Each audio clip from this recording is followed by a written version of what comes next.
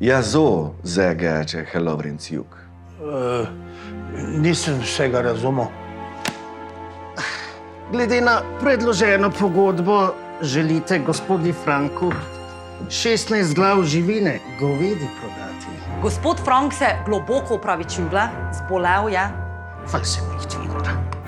Trunken ist. Nič vas ne rabi skrbeti, gospod Lovrenc. To je tako, kak bi se samim Frankom pogodbo podpisali. Kdo pa Grundobo? Kje je Frank? Lorenzo bo odpeljali. Ich bin empört! Ubesed se, du Zwerg. Kaj se delaš, da si Nemec? Rekel je, da ni sran, neizobražen kmet, tako kot vi. Vsi dobro vemo, da je ta uradnik en navaden Vilko. Boš ti videl stranega kmeta. Čez mesec dni moram gospe plačati vse.